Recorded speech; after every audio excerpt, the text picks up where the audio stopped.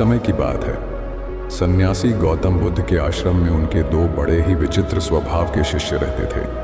दरअसल वे दोनों विचित्र इसलिए थे क्योंकि दोनों का स्वभाव बिल्कुल अलग था। एक शिष्य का काम था सभी के कामों में गलतियां निकालना और सभी को बिना मांगे सलाह देना, जबकि दूसरे शिष्य का स्वभाव ऐसा था कि यदि कोई उससे कुछ कह देता तो वह जवाब नहीं दे पाता था और घंटों इस बात पर विचार करता रहता था। दोनों आपस में अच्छे मित्र थे। सन्यासी गौतम बुद्ध अपने इन दोनों शिष्यों के स्वभाव से अच्छी तरह से परिचित थे। एक बार की बात है, उनमें से वह शिष्य जो जवाब नहीं दे पाता था वह सन्यासी गौतम बुद्ध के पास पहुंचा। उस समय वह बेहद दुखी और परेशान था। सन्यासी गौतम बुद्ध ने जब उससे उसकी परेशानी का कारण पूछा तो उसने बताया कि उसका अपना मित्र ही उसे हर समय नीचा दिखाने का काम करता है। उसके मित्र की इस आदत को देखकर आश्रम के अन्य सभी लोग उसे चिढ़ाते रहते हैं और कुछ न कुछ कहते रहते हैं। लेकिन दुख की बात यह है कि वह किसी को उत्तर नहीं दे पाता और न ही उसे वह तरीका पता है जिससे ऐसे लोगों का सामना किया जा सके। अपने शिष्य की यह बात सुनकर सन्यासी गौतम बुद्ध मुस्कुराए और बोले, यह समस्या तो बहुत ही छोटी है। तुम स्वयं इन समस्याओं का सामना कर सकते हो, लेकिन इसके लिए तुम्हें स्वयं ही अपनी बुद्धि का प्रयोग करना होगा। शिष्य ने कहा, अब आप ही मुझे बताइए कि मैं इस प्रकार के लोगों का सामना कैसे करूं। सन्यासी गौतम बुद्ध ने कहा, ठीक है, मैं तुम्हें उपाय बताता हूं। पहली बात, यदि कोई तुम्हारा अपमान करे या तुम्हारे विषय में ऐसी बातें करे जो तुम पसंद नहीं करते तो तुम अपना बचाव कभी मत करो। उन्हें जो भी बात करनी है करने दो। तुम्हें कोई ज़रूरत नहीं है उन्हें यह समझाने की कि तुम्हारे साथ यह समस्या क्यों है। तुम अगर उनकी बातों का कोई प्रतिक्रिया नहीं देते हो तो इससे तुम यह सिद्ध कर पाओगे कि उनकी कोई भी बातों से तुम प्रभावित नहीं हुए हो। ऐसी स्थिति में अपना बचाव कभी नहीं करना चाहिए। दूसरी बात, यदि कोई आपके बारे में बुरा बोल रहा है या आपको नीचा दिखाने की कोशिश कर रहा है तो तुरंत उन पर हमला करने से बचें। अगर आप उनकी टिप्पणी पर प्रतिक्रिया देते हैं तो उन्हें आपकी आलोचना करने का एक और मौका मिल जाएगा। अचानक उनकी टिप्पणियों पर प्रतिक्रिया देने से आप उनकी नज़रों में कमज़ोर ही दिखेंगे, इसलिए ऐसा कभी नहीं करना चाहिए।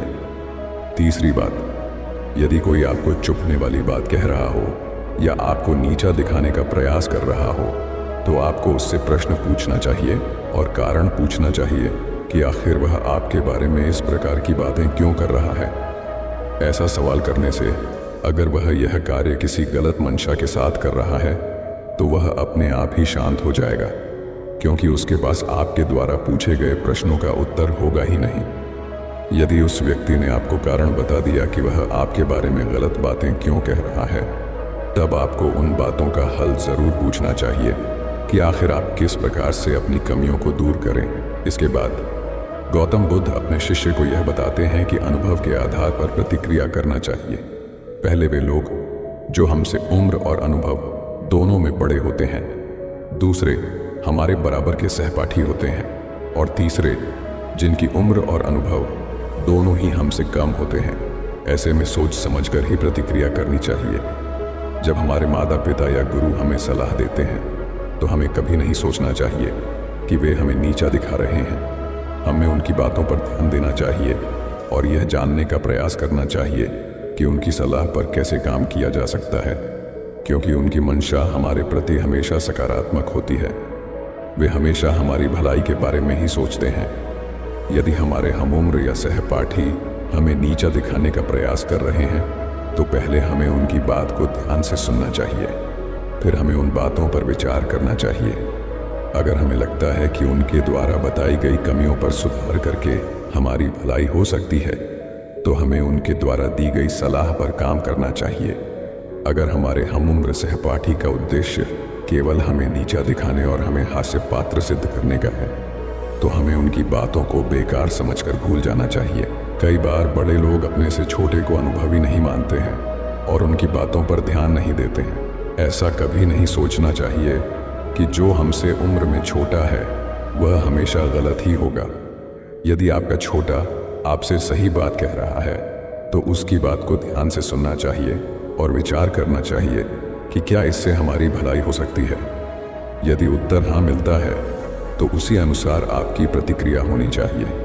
यदि उत्तर नहीं में मिलता है तो आप यह समझ सकते हैं कि वह आपको नीचा दिखाने का प्रयास कर रहा है और आप उसे जवाब देकर शांत कर सकते हैं। तब उस शिष्य ने गुरु से पूछा, अगर कोई गलत उद्देश्य से हमें नीचा दिखाने का प्रयास करे तो हमारी क्या प्रतिक्रिया होनी चाहिए। तब गुरु ने बताया, किसी भी गलत मंशा वाले लोगों को नीचा दिखाने के लिए इस तरह से व्यवहार किया जाता है। यदि आपके सामने कोई उल्टी सीधी बात कर रहा है और आपने अपना मानसिक संतुलन खो दिया और धैर्य नहीं रखा तो यह आपके लिए नुकसानदायक साबित हो सकता है। इसलिए कभी भी दूसरे के द्वारा कही गई बुरी बात पर अपना मानसिक संतुलन नहीं खोना चाहिए। यदि आपने उस समय धैर्य रखा तो निश्चित ही समय आने पर आप उस व्यक्ति को सही जवाब दे पाएंगे। उस जवाब के बाद वह आपको नीचा दिखाना छोड़ देगा। यदि कोई व्यक्ति आपकी बेइज्जती कर रहा है और आपके बारे में बुरी बातें करके आपको नीचा दिखाने का प्रयास कर रहा है तो इसके लिए दो तरीके हैं। आप इन तरीकों का उपयोग करके उन्हें अच्छा जवाब दे सकते हैं। फिर गौतम बुद्ध ने उस शिष्य को बताया कि स्वाभिमान की रक्षा कैसे करनी है। पहली बात, किसी व्यक्ति को ऊंचा दिखाकर नीचा दिखाना बहुत ही आसान है। यदि कोई आपकी बेइज्जती कर रहा है और आपकी शारीरिक बनावट को लेकर मजाक कर रहा है या ऐसा कह रहा है कि आपकी लंबाई बहुत कम है, तो आपको इस बात का उत्तर कुछ ऐसे देना चाहिए कि आपका परिवार में सभी लोग लंबे हैं। निश्चित ही उन्हें जीवन के किसी क्षेत्र में मेहनत करने की आवश्यकता नहीं होती, क्योंकि आप लोगों को सफलता तो आपकी लंबाई देखकर ही मिल जाती है। सुनते ही वह व्यक्ति अपने आप शांत हो जाएगा और दोबारा किसी को कुछ नहीं कहेगा। दूसरी बात, उस व्यक्ति को नीचा दिखाकर ऊंचा दिखना। यदि किसी ने आपकी लंबाई के बारे में कुछ कह दिया तो इस प्रकार जवाब दे सकते हैं कि आपका व्यवहार बहुत ही अच्छा है और आप इस दुनिया में सभी को अपना परिवार मानते हैं।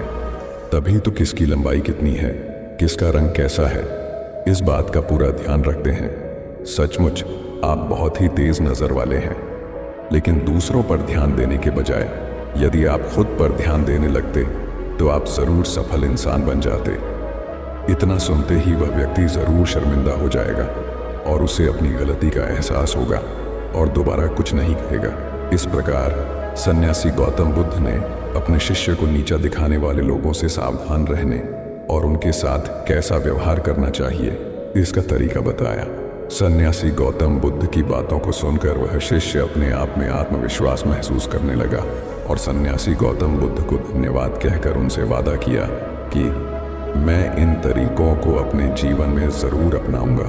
दोस्तों, इस कहानी से हमें एक महत्वपूर्ण सीख मिलती है कि हमें नकारात्मक और नीचा दिखाने वाले लोगों के साथ कैसे व्यवहार करना चाहिए। जब हमें किसी ऐसे व्यक्ति का सामना करना पड़ता है जो हमें नीचा दिखाने का प्रयास करता है तो हमें उनकी आलोचना और निंदा करने के बजाय समझदारी और धैर्य से काम लेना चाहिए। सन्यासी गौतम बुद्ध की कहानी से हमें यह सीख मिलती है कि नकारात्मकता के प्रति सकारात्मकता रखकर ही हमें जीत मिल सकती है। हमें अपने आत्मविश्वास को बनाए रखना चाहिए और नकारात्मकता के प्रति साहस और स्थिरता दिखानी चाहिए। इसके लिए हमें खुद को सही सलाह देने वाले और सकारात्मक लोगों के साथ जोड़ना चाहिए ताकि हम अपने जीवन में सफलता की दिशा में आगे बढ़ सकें। दोस्तों, अगर आपको यह कहानी अच्छी लगी तो कमेंट में नमो बुद्धाय ज़रूर लिखें। आशा करता हूं कि आप भी अगली बार से नकारात्मक लोगों से बचने के लिए और उन्हें सही तरीके से जवाब देने के लिए इन तरीकों का इस्तेमाल ज़रूर करेंगे।